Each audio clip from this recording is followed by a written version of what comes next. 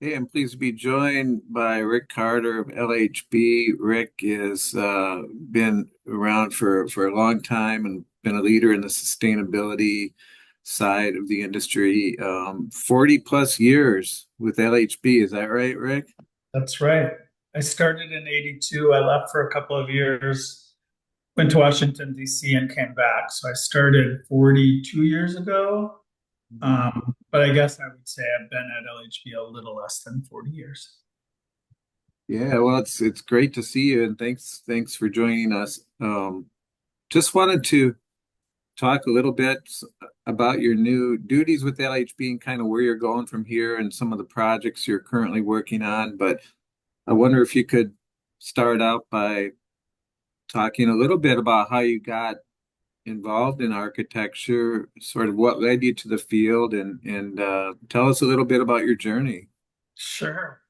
Um, I'll just start at the beginning and you move me along if I'm going too slowly. So it literally started in high school with a drafting teacher, Mr. Larson, and I really liked to draw with pencils and straight lines. And somehow that turned into I want to go to architecture school. I grew up in Cloquet, Minnesota, where my parents live, and I could go to UMD, which is where they thought I should go. But if I went to the University of Minnesota, the pre-architecture program would only be 1 year, which I did. So I was 1 year in pre-architecture and then 4 years in architecture, maybe a little, maybe four and a half. Graduated in at the end of 1981, moved to Duluth. I always tell people if you look at a tracking of economics over time between the Depression and the Great Recession of 2008. The low point is the year I graduated in 81 or 82.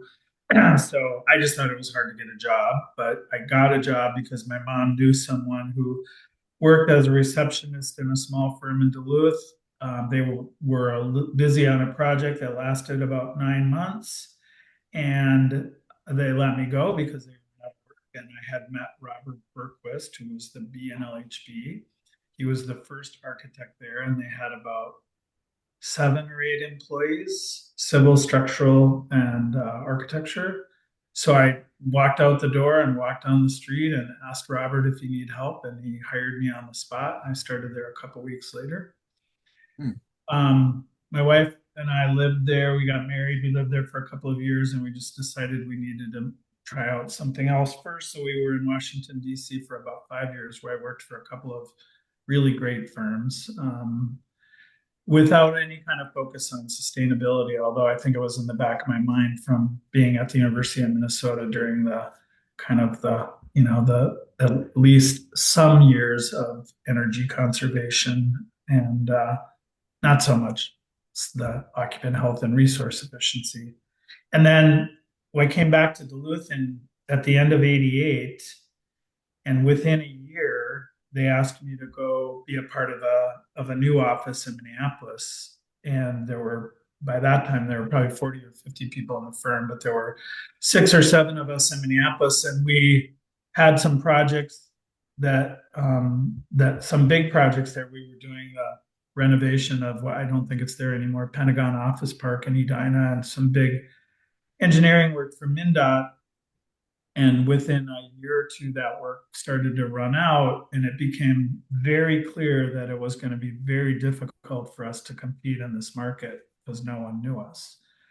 So, in the fall of 1991, 23 years ago, in November, we sat around. There were 6 or 7 of us and a facilitator named Dave Martin. And the goal was to decide what we could be good at that would differentiate us from all the other firms that were established. And what we wrote down was like a precursor to LEED. I mean, it was energy efficiency, occupant health, resource efficiency, including building materials and site and waste. And we started at that time really focused primarily in Minneapolis, but really focused on having those things apply to our projects, trying to get work from people who were interested in those things happening, and and learning what it was and how to do it. So I So what was that? I just said that 91, that'd be 33 years ago. So it was 10 or 15 or 20 pretty lonely years, to be honest. But now, of course, it's the kind of the biggest thing out there. So I'll take a breath and let you Yeah. ask questions. Well, and was that sort of I know you were involved in or correct me if I'm wrong, but I'm pretty sure you're involved with the development of the B3 guidelines, the state guidelines for sustainability. Was that kind of tell me a little bit about that, and Yeah. maybe if you could explain B3 briefly to people who might not be familiar with it, but why don't you talk about that a little bit? Yeah, I'll start by saying, we've had various types of sustainability guidelines for buildings now. I mean, there were a couple in place in 91 when we started. We found the Colorado Built Green program, which was a single family program out of Denver. We found the Austin Green Building program. This guy named Pliny Fisk, who I think is still there, started this thing in the late 80s, early 90s, but there was no USGBC, there was no LEED, there was no B3. So we were cobbling together lists of good things to do. And our first lead project was the Phillips Green Institute's um, Phillips Eco Enterprise, now called the Greenway Building, in 1997. I think it was the first LEED building in Minnesota. It was a pilot project. So LEED was starting to get traction in the late 90s. And the state passed a law in I think it was the very early 2000s, that every building that got state funding, meaning bond proceeds, would be required to meet a set of sustainability guidelines. And every public building, including schools and city buildings, would be required to benchmark their energy performance. And they did an RFP. We teamed up with the Wake Group at the time, now Wildan, the Center for Sustainable Building Research with John Carmody, and I think that was the core team at the time. Since Center for Energy and the Environment have joined us, but we were selected by the state. It was the Department of Admin and the Department of Commerce Energy Division were kind of our joint client. And they made a decision at that time not to use Energy Star for benchmarking and LEED for sustainability guidelines. They wanted their own that were more performance based guidelines that were designed for the kind of buildings specifically that got state bond proceeds and were very regional. So we created from scratch the original B3, and there was a predecessor to it. This is a little bit vague because it goes back pretty far, but the Minnesota Sustainable Building Guidelines had started on a volunteer effort locally with the Committee on the Environment from AIA and some people who were involved in helping to create LEED. So that was kind of the basis for B3 that we started with. And then soon after, well, within a few years after B3 was created, we created with the White Group and CE and CSBR the SB 2030 guideline, which is the energy guideline that takes advantage of the concept of getting to net zero by 2030. So, there's I have this conversation a lot. There's a lot of different systems out there. There's the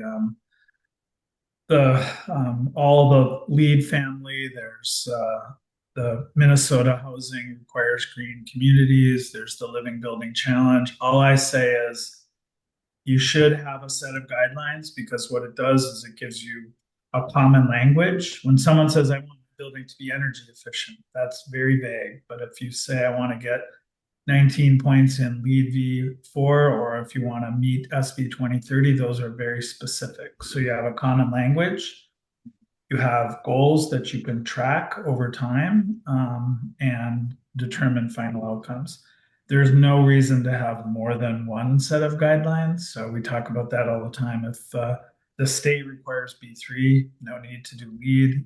If city is going to require you to do a set of guidelines, you should have the ability to pick from that library that's most specific to you. So So yeah, our role LHB has been, we've had multiple roles. Primarily, we've been involved in managing the program because there was the guidelines and the benchmarking, and we were always kind of managing the total program.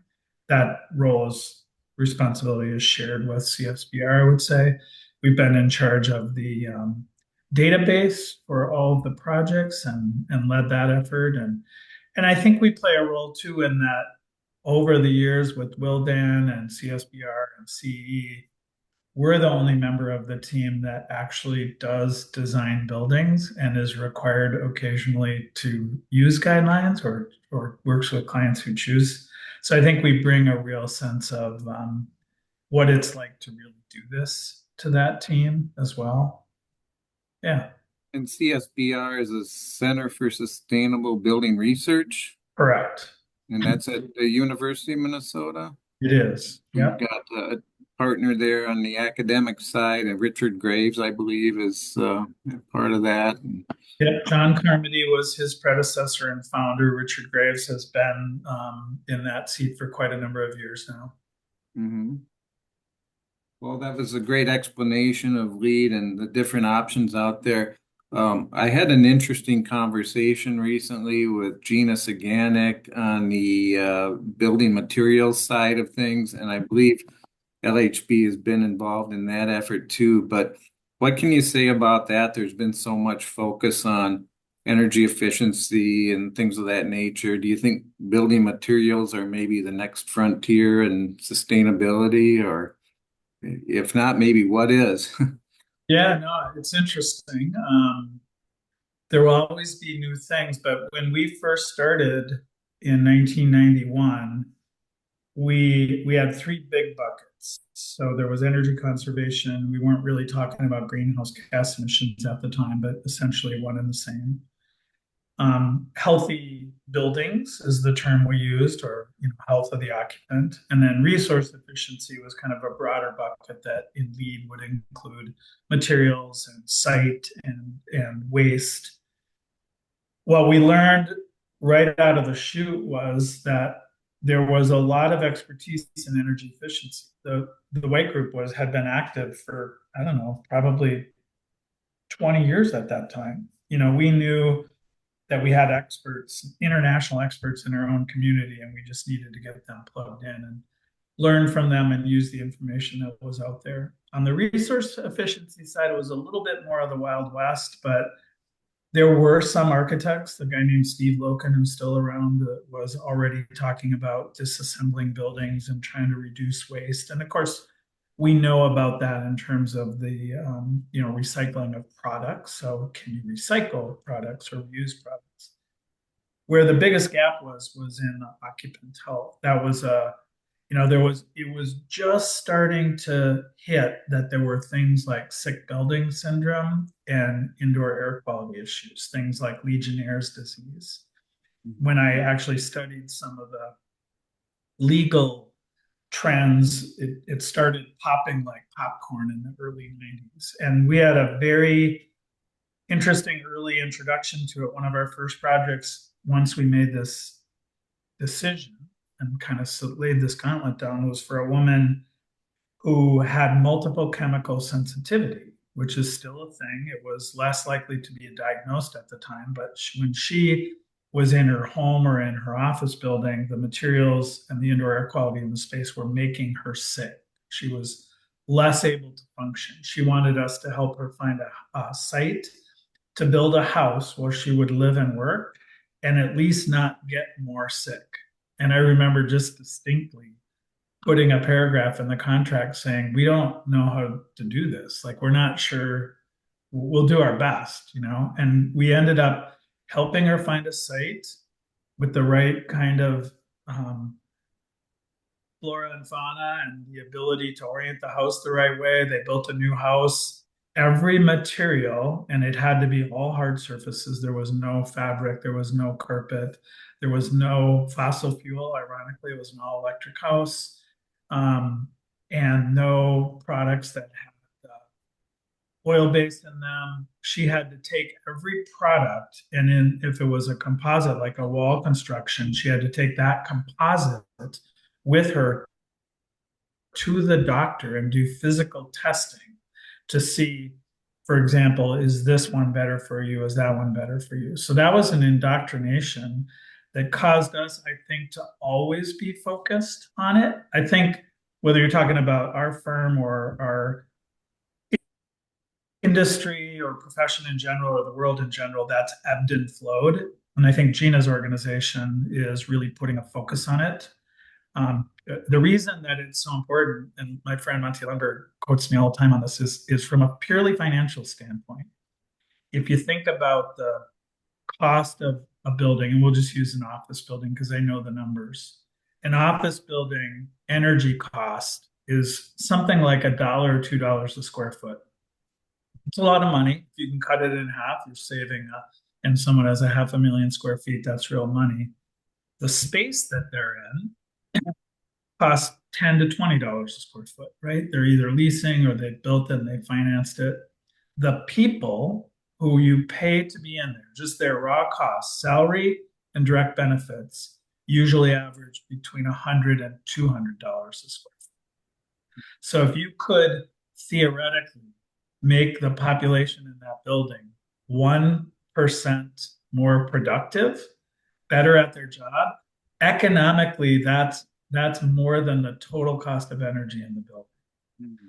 So I would say that it's a long answer to your question, but I would say that it's always been there. It's ebbed and flowed. We've had a big focus on greenhouse gas emissions, which is absolutely correct. But you can't do one or the other. You have to do both. We have to be able to figure out a way to have the buildings be as economic as possible, be as energy efficient and reduce greenhouse gas emissions, and be as healthy as possible. I mean, one of the most basic things when we did the Phillips Eco Enterprise Center in 1997,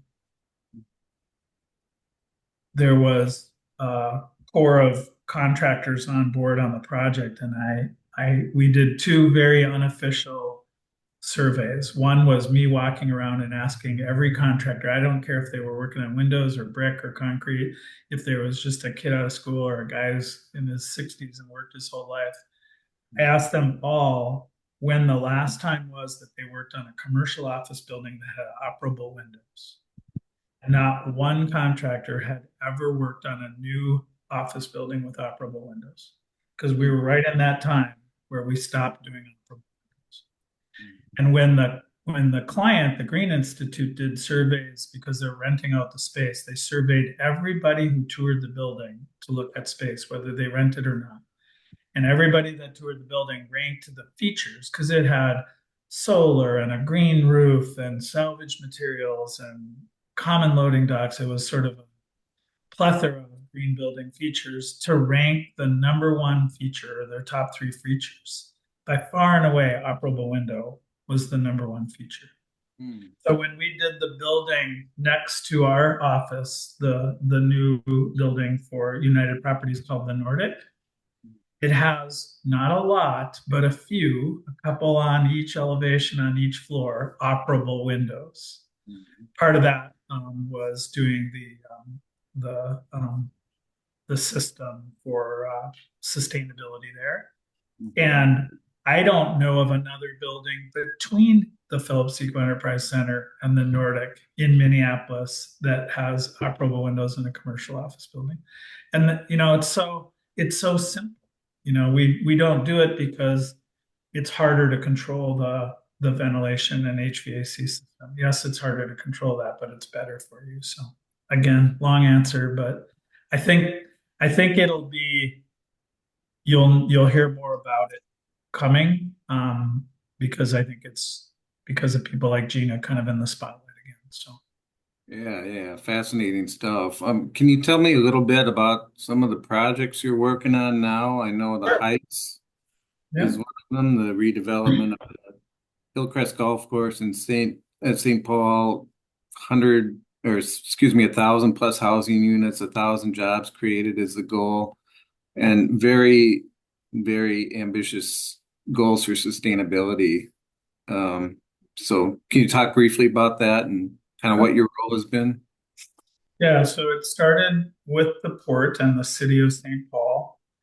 Monty Hillman, who's now with Sustainable Investment Group, SIG, was with the port, and he led a planning session that was about 4 years ago. It was my last meeting in the office in 2019, so in about March, where we established the goal of getting to having a carbon-free site if possible, which we're using a system there called Lead for Communities.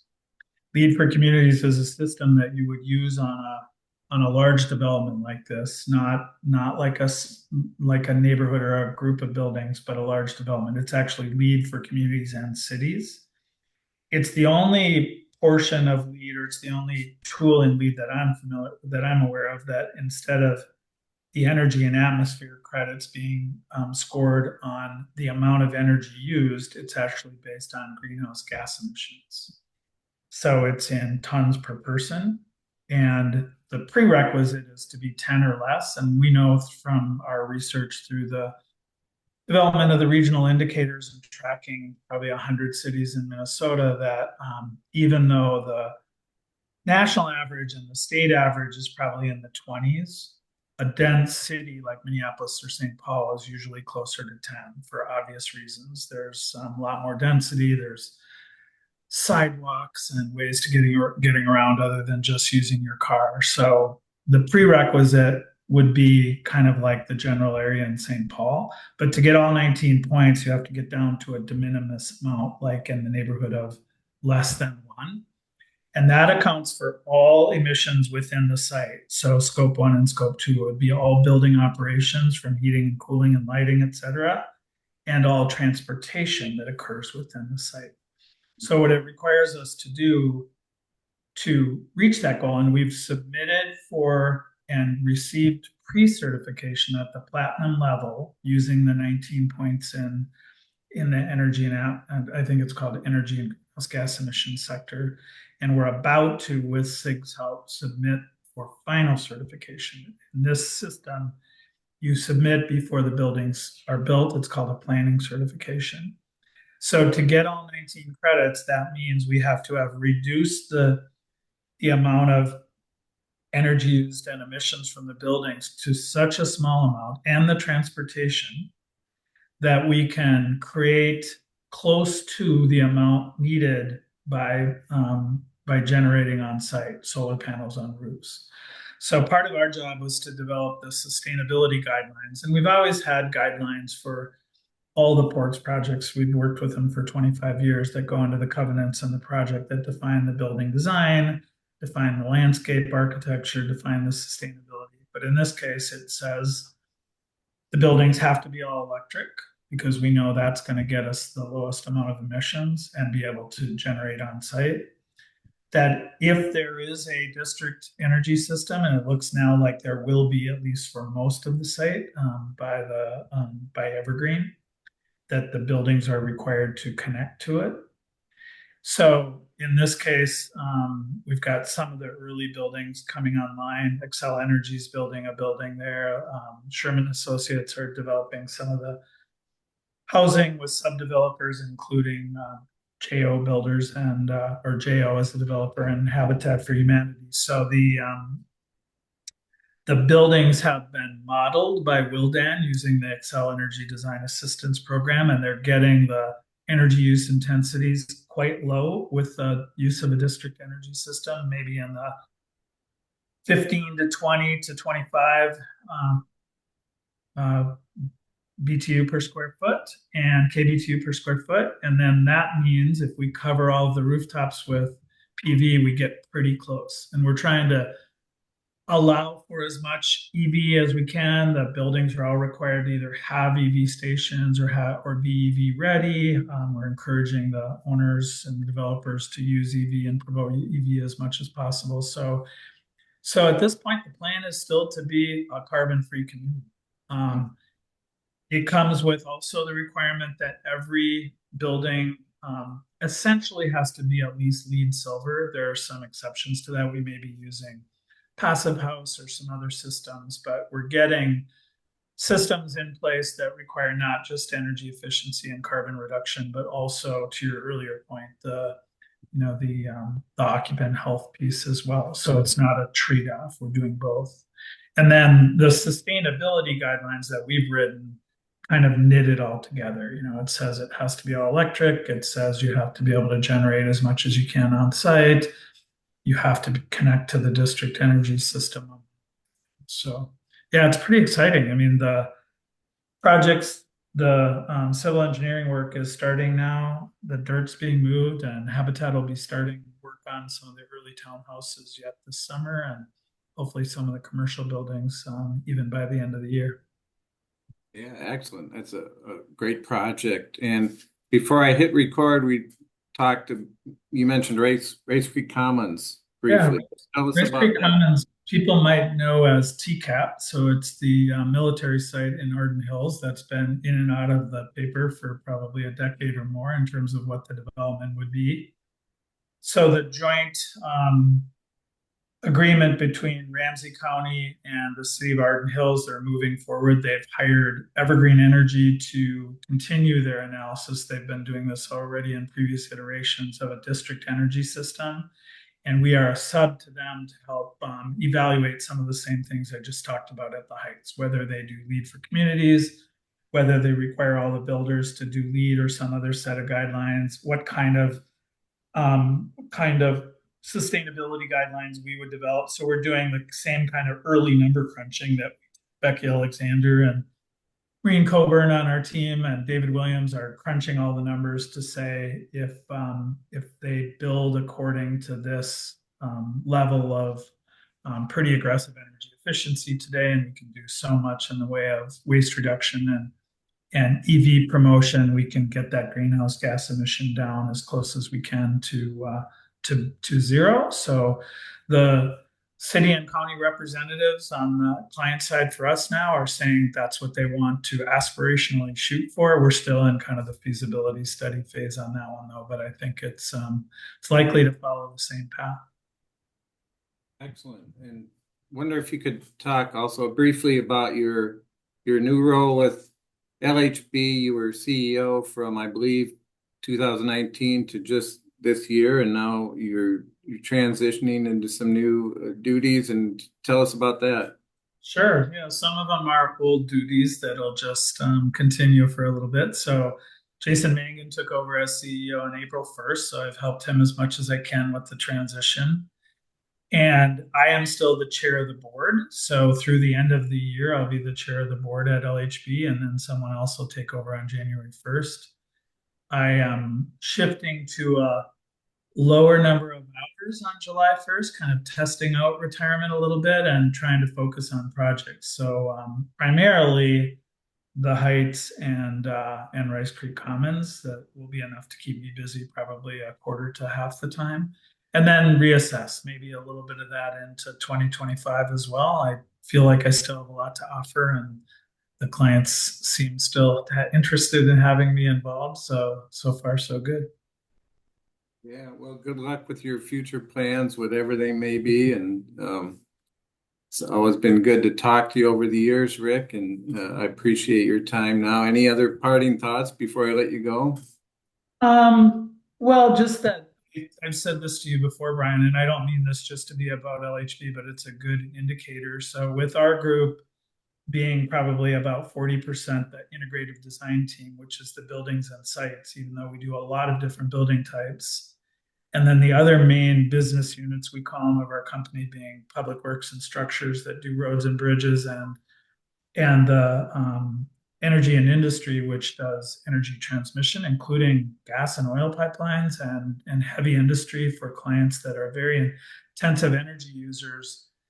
It used to sort of puzzle me, how could we be the architect working on the net zero passive house green affordable housing project for a nonprofit client, and then we're also helping Centerpoint Energy run a gas line someplace, and it kind of hit probably about 2 years ago, and we've talked about it a lot since, that all of those clients in all of those industries, whether it's a heavy industrial client like SAPI for our industry, or a transmission client like Centerpoint or Enbridge, or the transportation clients like the Met Council and MnDOT, they're all understanding the changes that are coming in a big way. And like the bus garage we did, that was a building project, but it's going to probably eventually be full of electric buses, in Minneapolis, probably within a number of years. So we're in a really unique position. I'd say engineers and architects in general, but in particular at LHB, to be able to say to those clients, let us help you with this transition. It's kind of a big design. What are we going to do differently? We know that the energy is going to shift from fossil fuels to renewables. We know that those renewables are going to be not generated necessarily where they're going to be used, so they're going to have to be transmitted a lot from here to there. And people are going to have to understand the changes that affect them in their personal life. Like, I can't live without a gas stove. Well, have you tried an induction stove? Because I hear they're pretty spectacular. So I see it's kind of going to be fun to watch, I guess, from the cheap seats, because I see a lot of change happening for us and for our industry and for our clients in the next 5 years in particular. I think it's going to be a sea change, and it's going to be very positive. So, Yeah, absolutely. The future will be interesting. So yeah, thanks for your time, Rick. you're And welcome. Reach out anytime, brother. sounds good. All Take right, care. take care. Yep, bye bye. Bye.